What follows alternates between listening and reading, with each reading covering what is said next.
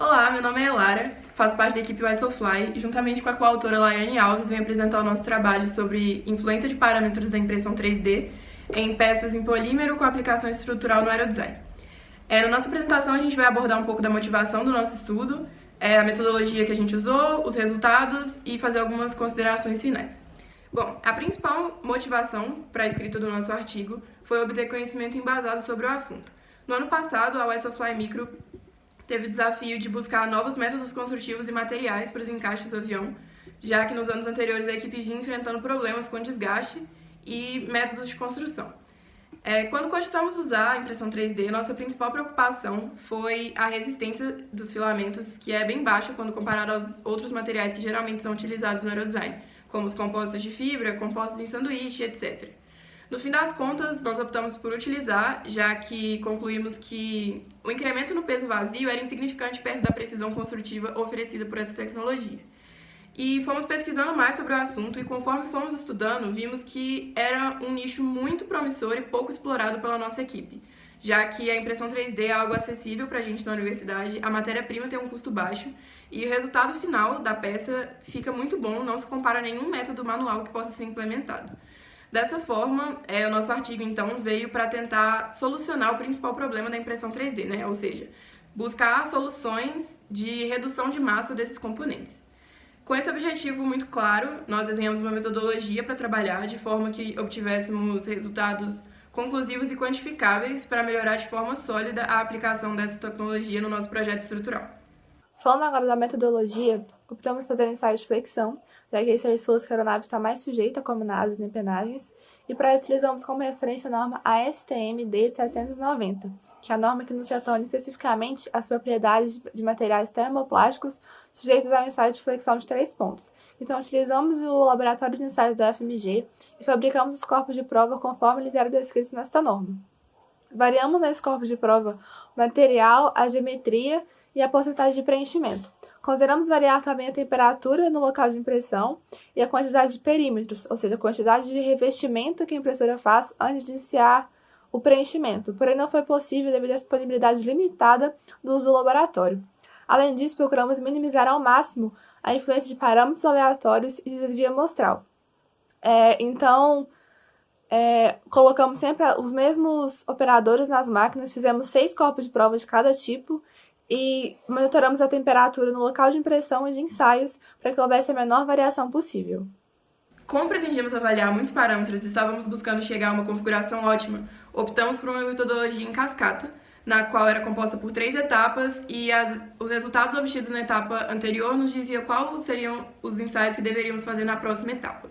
Definimos que a nossa prioridade era avaliar as diferentes geometrias de preenchimento em diferentes materiais e ver a variação da resistência dessas peças pela porcentagem de preenchimento em cada uma delas. Dessa forma, então, na primeira etapa, a gente produziu os corpos de prova em um material arbitrário, com todas as geometrias disponíveis no software da impressora, visando obter as 3 melhores. Produzimos corpos de prova com as geometrias linhas, quadriculado, triângulo, honeycomb e giroide.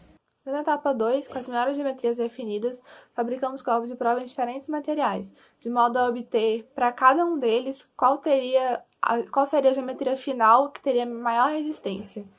Utilizamos os materiais PETG, PLA, ABS, Tritan HT da empresa 3D Filo.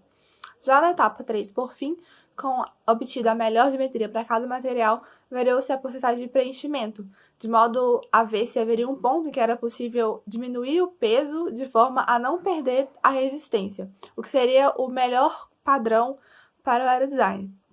Além disso, consideramos um outro fator muito significativo na resistência à flexão dos materiais, que era o fato de que durante a impressão apenas uma face ficava acomodada na mesa de impressão, fazendo com que ela tivesse um melhor e mais reforçado acabamento em relação àquela peça superior. Assim, durante os ensaios, variamos a posição dessa peça na máquina de ensaio, ora colocando ela por cima, ora colocando ela por baixo, e esperávamos que fazendo essa variação, a gente obtesse algum padrão de comportamento. Fizemos o cálculo de acordo com a norma para encontrar a velocidade ideal da máquina de teste e obtivemos o valor de 1,35 mm por minuto. Realizamos o teste, então, nessa velocidade e os resultados retornados foram de força por deslocamento do cabeçote e, com base nas normas, conseguimos calcular a resistência à flexão das amostras. Realizamos também medidas das dimensões e da massa de cada um dos componentes, obtendo a densidade de cada um deles, e pudemos quantificar a relação da resistência pela massa, obtendo assim o parâmetro de resistência específica. Realizados os ensaios, então, chegamos às conclusões que esperávamos. Na primeira etapa, obtemos as 3 melhores geometrias, sendo elas linhas, triângulos e quadriculado. Essas seguiram para a segunda etapa, no qual tivemos a melhor geometria para cada material, sendo o triângulo para o PLA e linhas para o PETG, ABS e Triton HT. Daí, seguimos para a terceira fase, no qual tivemos o comportamento da curva de resistência em função do preenchimento. Observamos que essa curva seguia um padrão gradativo e oscilante, o que significava que uma peça maciça poderia ser mais pesada, poderia ser menos resistente que uma peça mais leve, que é altamente conveniente para o design. Além disso, no estudo secundário do artigo, que estudava a influência da posição da peça na máquina de ensaio, observamos que a peça em contato com a mesa de impressão obtinha uma resistência levemente mais alta do que a peça que não estava em contato. E assim, podemos concluir que, em caso de utilização desses filamentos em componentes estruturais, é extremamente importante posicionar essa peça no local mais solicitado desses componentes. Mesmo sabendo que há muitos outros parâmetros que poderiam ser avaliados e que provavelmente há configurações melhores do que as que encontramos, os resultados do nosso estudo foram bastante conclusivos e promissores. Pegando como exemplo, de novo, o nosso encaixe do ano passado, conseguimos, a partir do estudo feito, alterar o material e o preenchimento, obtendo uma redução de 27% da sua massa. No contexto do aerodesign, onde peso vazio e eficiência estrutural são bem críticos, consideramos que foi um resultado satisfatório. No geral, nossa pesquisa pôde proporcionar que a equipe implemente essa tecnologia daqui para frente, impactando menos no peso vazio do que nós impactamos antes desse estudo ser feito. E é isso. Agradeço a atenção de todos, agradeço a comissão pela oportunidade de apresentar o nosso trabalho, agradeço também a empresa 3D Filo por fornecer os materiais para a realização do estudo e me coloco à disposição para responder eventuais perguntas, dúvidas que possam surgir. Muito obrigada!